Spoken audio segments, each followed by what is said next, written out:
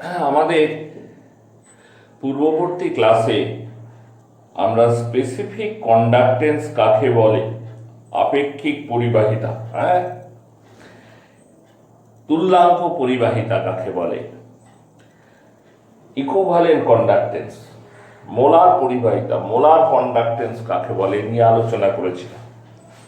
এবং আরো একটু আলোচনা করেছিলাম যে সলিউশনের ডাইলিউশনের সাথে স্পেসিফিক কন্ডাক্টেন্স কিভাবে চেঞ্জ করে, স্ট্রং ইলেকট্রোলাইটের ক্ষেত্রেই বা কিভাবে চেঞ্জ করে, উইক ইলেকট্রোলাইটের ক্ষেত্রেই বা কিভাবে চেঞ্জ করে, সেই বিষয়টা বোঝার জন্য আমরা আলোচনা করেছিলাম এবং দেখেছিলাম যে ডাইলিউট করলে, দ্রবণকে লঘু করা হলে কিন্তু স্পেসিফিক কন্ডাক্টেন্স স্ট্রং হোক বা উইক উভয় ক্ষেত্রেই হ্রাস পাবে। আজকে আমাদের আলোচনার বিষয় ইকুইভ্যালেন্ট কন্ডাক্টেন্স, তুল্যাঙ্ক পরিবাহিতার সাথে দ্রবণের লঘুতার সম্পর্ক, relation between equivalent conductance and dilution of the solution, তুল্যাঙ্ক পরিবাহিতা এবং লঘুতার মধ্যে সম্পর্ক।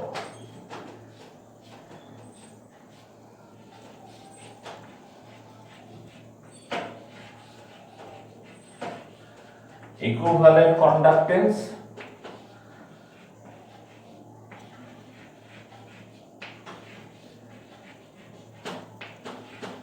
and dilution.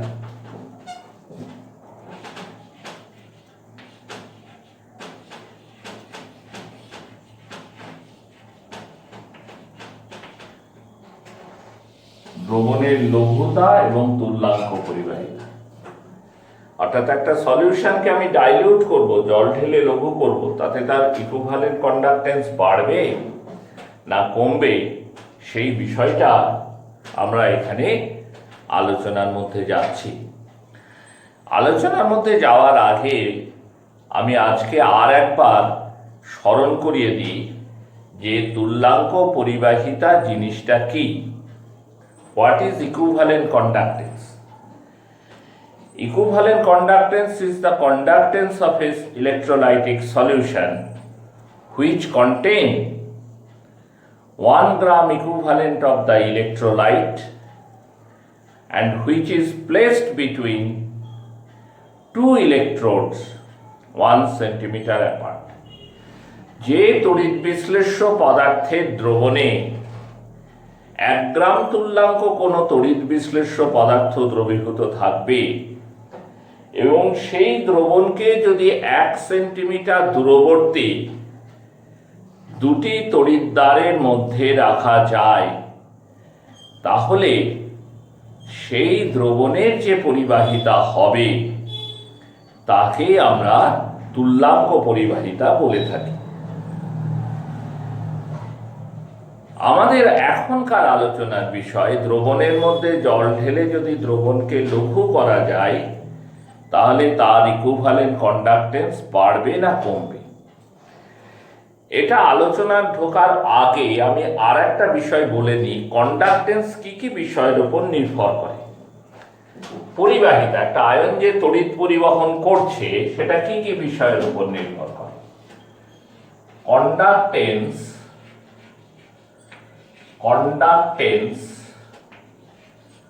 Depends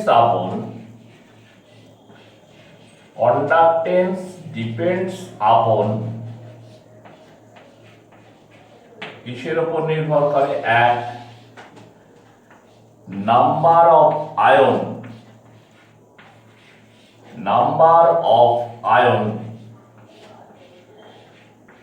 present in the solution, দ্রবণের মধ্যে কতগুলো আয়ন আছে। Number of ion present in solution, দ্রবণের মধ্যে কতগুলো আয়ন আছে। আয়নের সংখ্যা, এটা তো খুব স্বাভাবিক, বুঝতেই পারছেন, আয়নগুলোই তো তড়িৎ পরিবহন করে। সুতরাং আয়নের সংখ্যা যত বেশি হবে তত পরিবাহিতা বেশি হবে, কন্ডাক্টেন্স বেশি হবে। দুই হচ্ছে চার্জ ক্যারিড বাই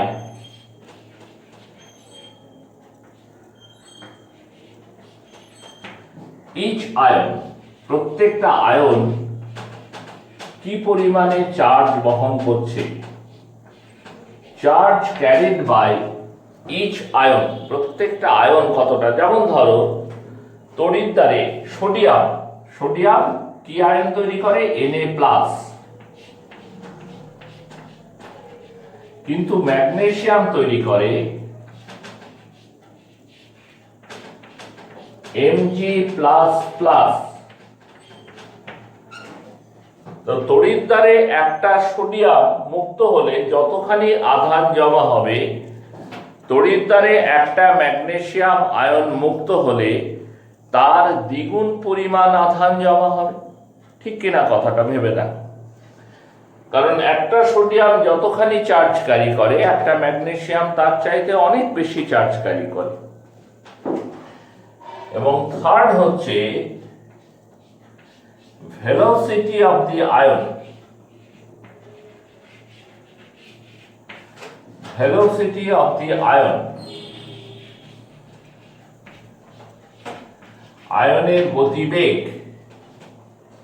কত তাড়াতাড়ি আয়নটা গিয়ে তড়িৎদ্বারে মুক্ত হচ্ছে, এটাও একটা খুব গুরুত্বপূর্ণ ফ্যাক্টর। এই তিনটে জিনিসের ওপরই নির্ভর করে কোনো একটা আয়নের পরিবাহিতা কেমন হবে, পরিবাহিতা মানে আধান পরিবহন করার ক্ষমতা কেমন হবে, সেইটা পুরোটাই নির্ভর করে এই তিনটে বিষয়ের উপর। এই শেষ কথাটা আমি একটু পৃথকভাবে আলোচনা করে তারপর আমরা মূল যেটা নিয়ে ইকুইভ্যালেন্ট কন্ডাক্টেন্স অ্যান্ড ডাইলিউশন সেখানে ঢুকছি, এই সবই কাজে লাগবে, ওখানেও কাজে লাগবে। এই যে ভেলোসিটি অফ দি আয়ন, এখান থেকে একটা কোশ্চেন খুব কমন। কিরকম কোশ্চেন, আমি এটাকে মুছে দিলাম ওপরের গুলোকে।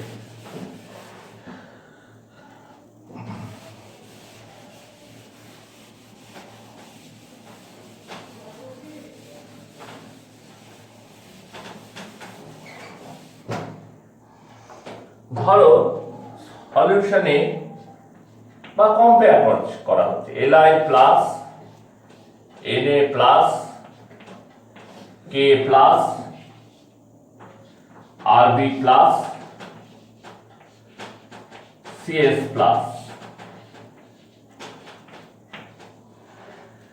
পাশাপাশি 5টা বিকারে 5টা সলিউশন রাখা আছে, একটা লিথিয়াম সল্টের সলিউশন, একটা সোডিয়াম সল্টের, একটা পটাশিয়াম, একটা রুবিডিয়াম, একটা সিজিয়াম। লিথিয়াম সল্টের যে সলিউশন তাতে লিথিয়াম আয়ন Li+ প্রেজেন্ট, সোডিয়ামে Na+, পটাশিয়ামে K+, রুবিডিয়ামে Rb+, সিজিয়ামে Cs+, এরা সব উপস্থিত আছে। এইবার আমরা মাপছি যে ক্যাটায়ন কর্তৃক বাহিত তড়িতের পরিমাণ কোথায় বেশি হবে, অর্থাৎ Li+, সে বেশি তড়িৎ পরিবহন করবে না Na+, না K+, না Rb+, না Cs+, কে বেশি তড়িৎ পরিবহন করবে, ক্যাটায়নের দিকটাতে আমি দৃষ্টি দিচ্ছি। কি কি ফ্যাক্টর আমি এক্ষুনি উল্লেখ করেছি, নাম্বার অফ আয়ন এটার উপর ডিপেন্ড করে। তো ধরে নিচ্ছি এরা সবাই সমান সংখ্যায় আছে। 2 নম্বর হচ্ছে charge carried by each kind of ion, এখানে সবাই মনোপজিটিভ আয়ন, সুতরাং সবাই একই পরিমাণ আধান বহন করে, কেউ বেশিও করে না, কেউ কমও করে না। আর 3 হচ্ছে ভেলোসিটি অফ দি আয়ন, আয়নের গতিবেগ, কোন আয়ন তাড়াতাড়ি গিয়ে তড়িৎদ্বারে মুক্ত হবে। তাহলে এই 3 নম্বর ফ্যাক্টরের উপরে দাঁড়িয়ে গেল কোন আয়নের পরিবহন ক্ষমতা বেশি হবে, Li+, Na+, K+, Rb+, Cs+, না কার বেশি হবে। ঠিক আছে, বলবে যাহলে যার ভেলোসিটি বেশি তার বেশি হবে, বাকিগুলো তো একই আছে। তাহলে যে আয়নের ভেলোসিটি বেশি সে আগে গিয়ে তড়িৎদ্বারে মুক্ত হবে এবং তার ক্ষেত্রে তড়িৎ পরিবাহিতা সবচেয়ে বেশি হবে, বেশি তড়িৎ যাবে। এবার কার ভেলোসিটি বেশি, সাধারণত রোগা পাতলা লোকরা একটু যেতে পারে তাড়াতাড়ি, আমাদের মতো মোটা সোটা মানুষদের একটু যেতে কষ্ট হয়, সময় লাগে। তো সেই যুক্তিতে এই আয়নগুলোর মধ্যে Li প্লাস আয়ন আকারে সব থেকে ছোট, সুতরাং ধরে নেওয়া যেতে পারে Li প্লাস আয়ন দ্রুত ছুটবে, ভেলোসিটি সবচেয়ে বেশি হবে। তারপর gradually Na plus K plus Rb প্লাসের ভেলোসিটি আস্তে আস্তে আস্তে আস্তে কমে আসবে। বোঝা যাচ্ছে? তাহলে সবচেয়ে বেশি কন্ডাক্টেন্স হবে Li প্লাস, তারপর Na প্লাস। আমরা এইভাবে লিখতে পারি যে কন্ডাক্টেন্সের দিক থেকে বিচার করতে গেলে K plus Rb plus CS plus, এইরকম অর্ডার এরকম বিচার করতে পারি। কিন্তু বাস্তবে এক্সপেরিমেন্ট করে দেখা গেল যে এটা সম্পূর্ণ ভুল, অর্ডারটা ঠিক এর উল্টো। Li প্লাস গ্রেটার নয়, less than Na plus, less than K plus, less than Rb plus, less than CS plus.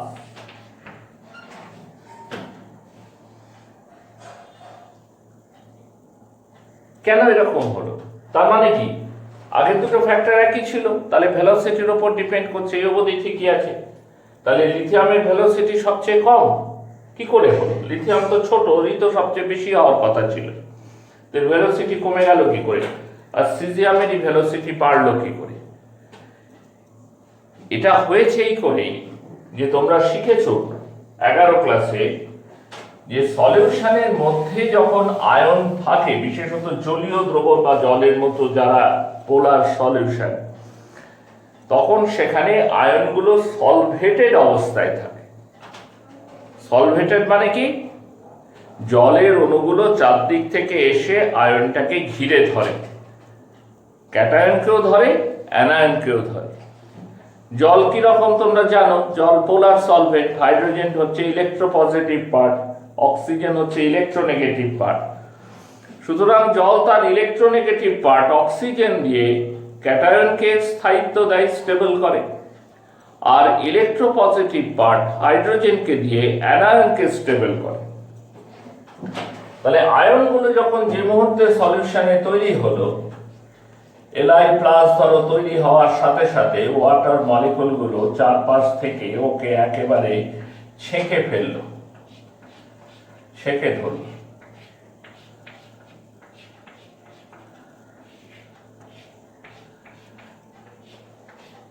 ঘিরে ফেললো একদম। Na প্লাস কেও করলো, K প্লাস কেও করলো, Rb প্লাস কেও করলো, সকলকেই করলো, একা Li প্লাস কে করলো তা তো না।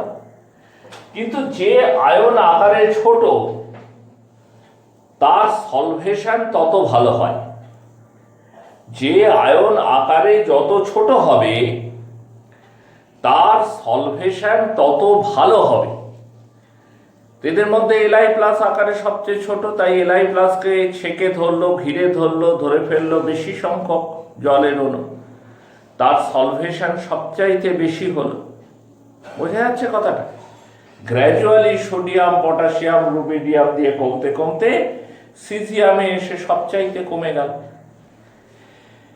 এইবার জলের মধ্যে Li প্লাস আয়ন যখন ক্যাথোডের দিকে মুভ করছে, আমি যদি তড়িৎদ্বার দুটোর মধ্যে পোটেনশিয়াল ডিফারেন্স বা বিভব পার্থক্য তৈরি করি, তখন কি হবে? ক্যাটায়নগুলো ক্যাথোডের দিকে যাবে, অ্যানায়নগুলো অ্যানোডের দিকে যাবে।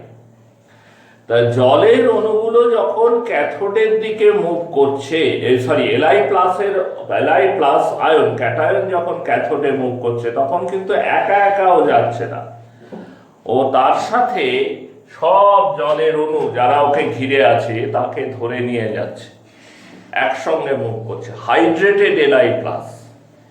এবং যেহেতু এর সলভেশন ভালো হয়, বহু সংখ্যক জলের অণু দিয়ে বেশ ভালো করে ঘিরে ফেলে, তাই এর এফেক্টিভ ভলিউম সবচেয়ে বেড়ে যায়। আর যেমন যেমন আয়নগুলো আকারে বড় হয়, আয়নগুলো আকারে বড় হলে কি হবে? তাদের সলভেশন খারাপ হবে, তাহলে তাদের এফেক্টিভ ভলিউমটা খারাপ হবে।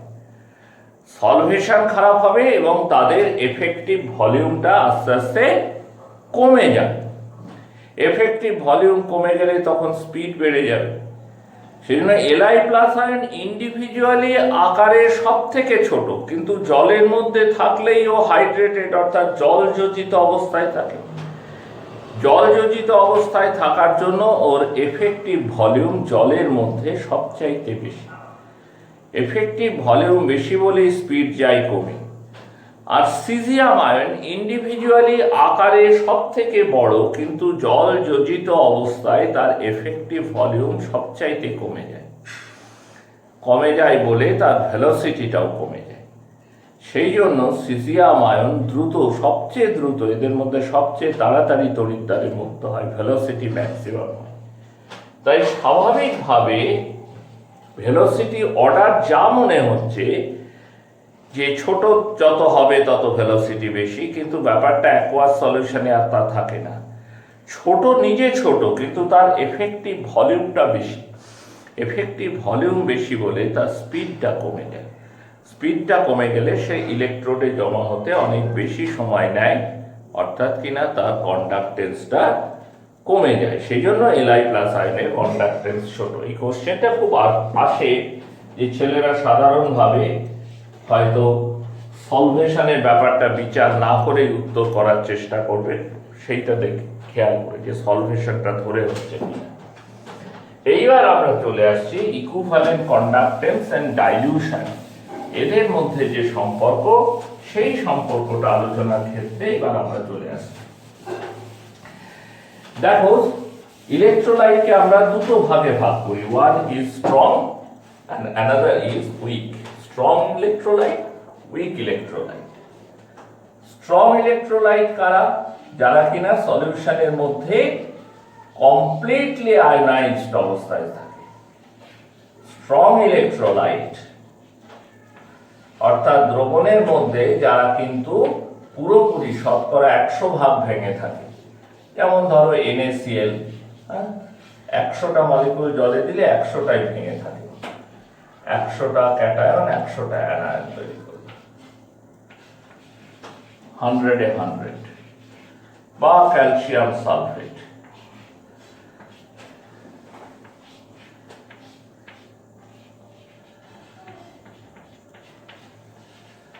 একশোটা মলিকিউল তুমি জলে দিলে 100টাই ভেঙে থাকে, 100-এ 100 ভেঙে থাকলো, পুরোপুরি 100টাই 100টা ভেঙে থাকলো। এরা হচ্ছে স্ট্রং ইলেকট্রোলাইট। এদের ক্ষেত্রে যখন আমি সলিউশনকে ডাইলিউট করব, জল ঢালবো, তখন কিন্তু এদের নাম্বার অফ আয়ন আর বাড়বে না, কারণ আগে থেকে ভেঙে আছে। কিন্তু ডাইলিউট করলে যেটা হয় জানো, ডাইলিউট করলে ভলিউম বেড়ে যায়। ভলিউম বেড়ে গেলে ions are separated from each other, আয়নগুলো একটা আর একটার থেকে বিচ্ছিন্ন হয়। বিচ্ছিন্ন হলে তাদের মধ্যে ফোর্স অফ অ্যাট্রাকশন, রিপালশন দুটোই কমে যায়। ফলে আয়নগুলো অনেক ফ্রিলি মুভ করতে থাকে, তাদের ভেলোসিটি বেড়ে যায়। ফলে তারা খুব দ্রুত গিয়ে ইলেকট্রোডে জমা হতে পারে, অর্থাৎ কিনা কন্ডাক্টেন্স বেড়ে যায়। সেই জন্য ডাইলিউট, যত তুমি ডাইলিউট করবে ইকুইভ্যালেন্ট কন্ডাক্টেন্স কিন্তু তত বাড়বে। স্পেসিফিক কন্ডাক্টেন্স উল্টো ছিল, স্পেসিফিক কন্ডাক্টেন্স কমে যাচ্ছিল। তার কারণ স্পেসিফিক কন্ডাক্টেন্স মানে কন্ডাক্টেন্স পার সিসি সলিউশন, প্রতি সিসিতে কটা আয়ন আছে তার উপর ওটা ডিপেন্ড করে। যখনই ডাইলিউট করছি তখন প্রতি সিসিতে নাম্বার অফ আয়ন কমে যাচ্ছে। এখানে ওরকম কোনো বাইন্ডিংস নেই, এটা পুরোপুরি নাম্বার অফ আয়নের উপর ডিপেন্ড করে। নাম্বার অফ আয়ন বেশি তো কন্ডাক্টেন্স বেশি, নাম্বার অফ আয়ন কম তো কন্ডাক্টেন্স কম। এখানে নাম্বার অফ আয়ন বেশি কম হওয়ার কোনো কোয়েশ্চেন নেই, কারণ গোড়া থেকে এটা কমপ্লিটলি আয়নাইজড। কিন্তু ভলিউম বেড়ে গেলে যেটা হওয়ার চান্স আছে যে আয়নগুলো পরস্পর থেকে দূরে সরে যাবে। দূরে সরে গেলে তাদের মধ্যে ফোর্স অফ অ্যাট্রাকশন বা রিপালশন যাই হোক না কেন, দুটো কমে যাবে। কমে গেলে আয়নগুলো অনেক ফ্রিলি মুভ করতে পারবে, ভেলোসিটি বাড়বে, তাড়াতাড়ি ইলেকট্রোডে জমা হবে, কন্ডাক্টেন্স বাড়বে। তাহলে স্ট্রং ইলেকট্রোলাইটের ক্ষেত্রে আমরা দেখতে পাচ্ছি যত আমি সলিউশনটাকে ডাইলিউট করব তত কন্ডাক্টেন্স বেড়ে যাবে। কি কন্ডাক্টেন্স বাড়বে? ইকুইভ্যালেন্ট কন্ডাক্টেন্স বাড়বে। এবার আসি আমরা উইক ইলেকট্রোলাইটের কথায়। হ্যাঁ,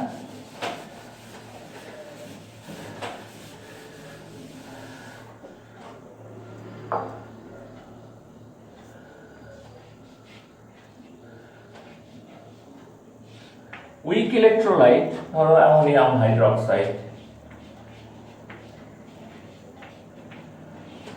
ধরো acetic acid, these are all weak electrolytes, এরা সকলেই মৃদু তড়িৎ বিশ্লেষ্য। এখন উইক মানে হচ্ছে এরা কমপ্লিটলি আয়নাইজ করে না। 100টা অণু জলে দিলে হয়তো 20টা ভাঙলো কি 30টা ভাঙলো, বেশিরভাগটাই ভাঙে না। আর অ্যামোনিয়াম হাইড্রোক্সাইড,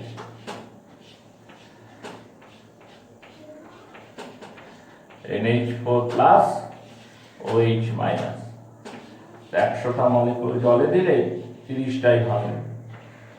এরা হচ্ছে উইক ইলেকট্রোলাইট। এদের ক্ষেত্রে কি হয় জানো, তুমি সলিউশনকে যত ডাইলিউট করবে তত কিন্তু এদের ডিসোসিয়েশন বেড়ে যায়।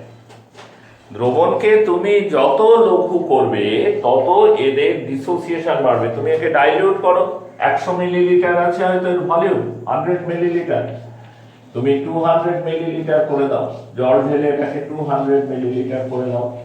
দেখো আগে 30টা ভাঙছিল, এবারও 35টা ভাঙবে। অর্থাৎ যে মুহূর্তে তুমি ডাইলিউট করতে শুরু করবে তত উইক ইলেকট্রোলাইটের ডিসোসিয়েশন কিন্তু বেড়ে যাবে। বেড়ে গেলে কি হবে, number of ion in solution সেটা বেড়ে যাবে। আয়ন দ্রবণের মধ্যে উপস্থিত আয়নের সংখ্যাটা বেড়ে যাবে। আয়নের সংখ্যা বেড়ে গেলে কি হবে, কন্ডাক্টেন্স বাড়বে। কারণ কন্ডাক্টেন্স 3টে বিষয়ের উপর ডিপেন্ড করে বলেছি। নাম্বার অফ আয়ন হচ্ছে 1 নম্বর ফ্যাক্টর। এখানে যত ডাইলিউট করছি নাম্বার অফ আয়ন বাড়ছে এবং অ্যাট দ্য সেম টাইম ভলিউমটাও বাড়ছে। অর্থাৎ দ্রবণের টোটাল আয়তন বেড়ে যাচ্ছে। ভলিউম বাড়লে যেটা আগেও হচ্ছিল, আয়নগুলো সেপারেটেড ফ্রম ইচ আদার, একটা আর একটার থেকে বিচ্ছিন্ন হচ্ছে। আয়নগুলোর মধ্যে আকর্ষণ বল কমছে।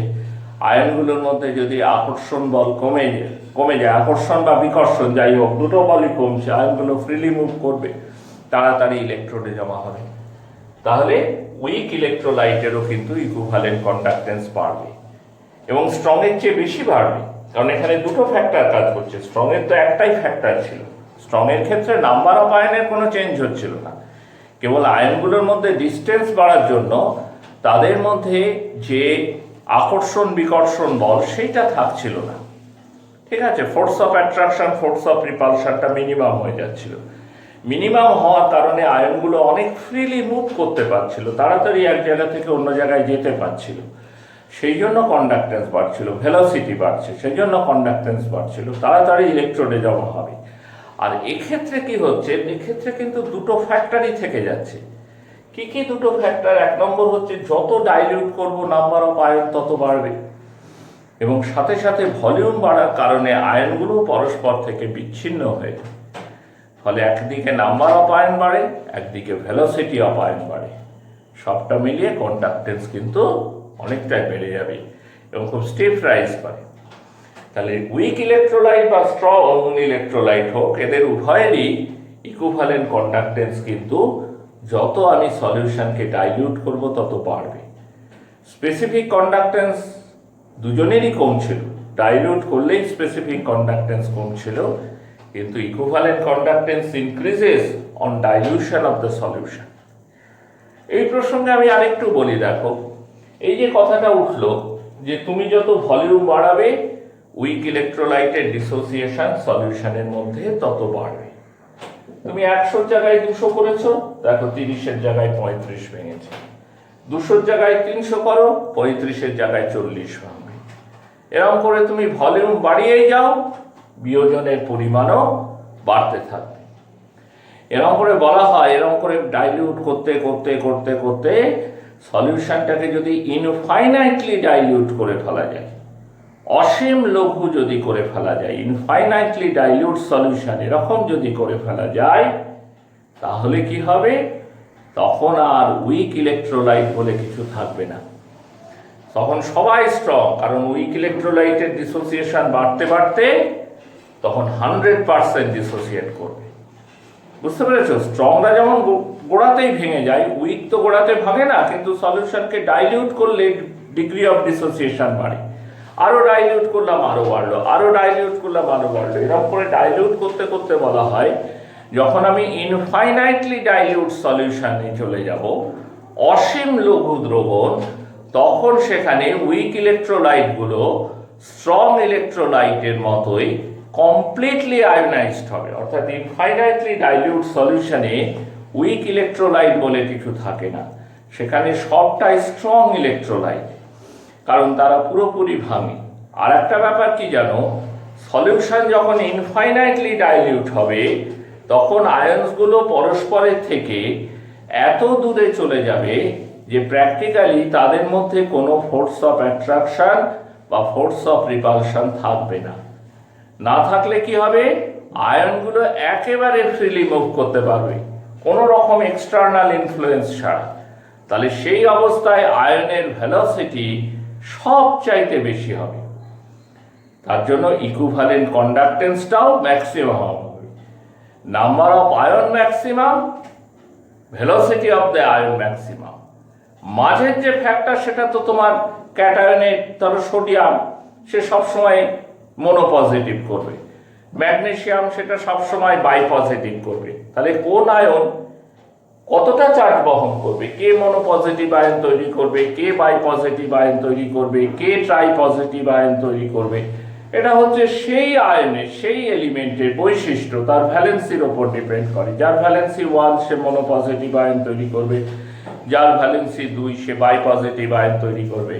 তাহলে সেকেন্ড ফ্যাক্টরটা হচ্ছে এলিমেন্টের ক্যারেক্টারিস্টিক। কিন্তু ফার্স্ট আর থার্ড এই দুটোর কথা যদি আমরা ভাবি, যে ডাইলিউশন বাড়ালে স্ট্রং তো ভেঙেই থাকে, উইকের ভাঙনও বাড়ে, বাড়তে বাড়তে ইনফাইনাইটলি ডাইলিউট করলে সে স্ট্রংয়ের মতোই শতকরা 100% তার ডিসোসিয়েশন হয়।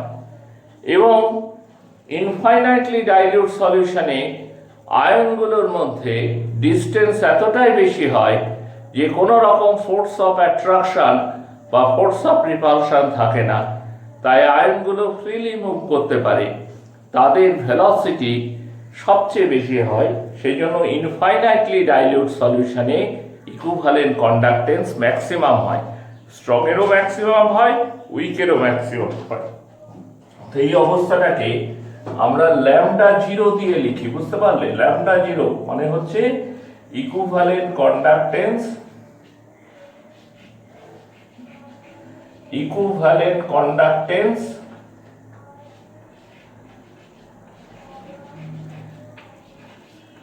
equivalent conductance at infinitely dilute solution, অসীম লঘু দ্রবণে তুল্যাঙ্ক পরিবাহিতা। ঠিক আছে, এখানে একটা ফর্মুলা পাওয়া যায় জানো,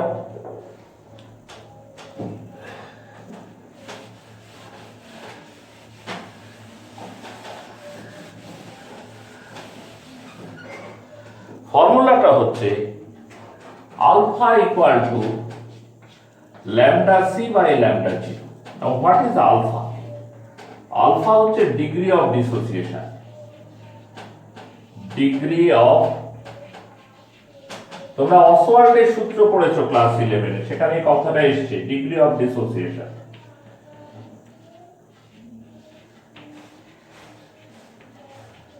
মানে একটা মলিকুলের কত ভগ্নাংশ ভাঙে, এই যে বলছি 100টায় 30টা ভাঙে, তার মানে একে কটা ভাঙে? 30/100 মানে 0.3, সেটা হচ্ছে ডিগ্রি অফ ডিসোসিয়েশন। একটা মলিকুলের মধ্যে কটা ভাঙে।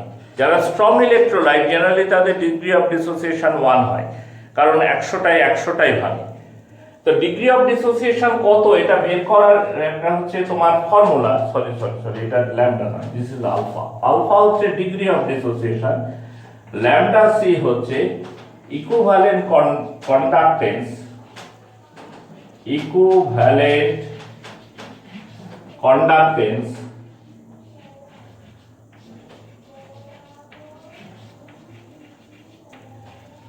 at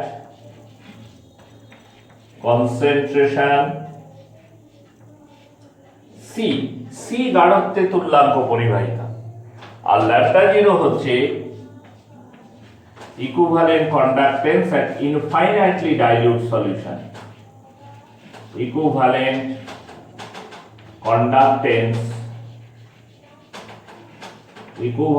conductance at infinitely dilute solution.